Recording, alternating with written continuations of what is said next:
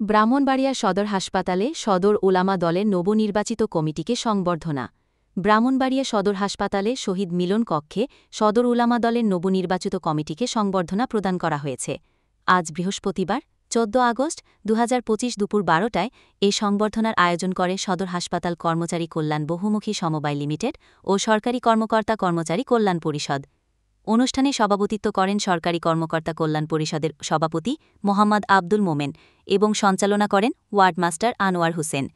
প্রধান অতিথি ছিলেন শিশু বিশেষজ্ঞ কনসালটেন্ট ও ড্যাব ব্রাহ্মণবাড়িয়া জেলা শাখার সিনিয়র যুগ্ম সাধারণ সম্পাদক ডাক্তার আকদার হোসেন, কর্মচারী কল্যাণ সমিতির সিনিয়র সহসভাপতি সালাহউদ্দিন ও সাধারণ সম্পাদক মোহাম্মদ বিল্লাল। উলামা দলের পক্ষ থেকে উপস্থিত ছিলেন আহ্বায়ক মুফতি মু ইয়াসিন আরাফাত, সদস্য সচিব মুফতি নুরুল্লাহ আল মনসুর, যুগ্ম সম্পাদক মাওলানা আমিনুল ইসলাম বাবলু, মাওলানা হাফেজ নাইমুল হক, মাওলানা শফিউল্লাহ সাদেকি এবং মাওলানা জসিমউদ্দিন। অনুষ্ঠানে বক্তারা নবনির্বাচিত কমিটির প্রতি শুভকামনা জানিয়ে সদর উলামা দলের কার্যক্রমে সর্বাত্মক সহযোগিতার আশ্বাস দেন।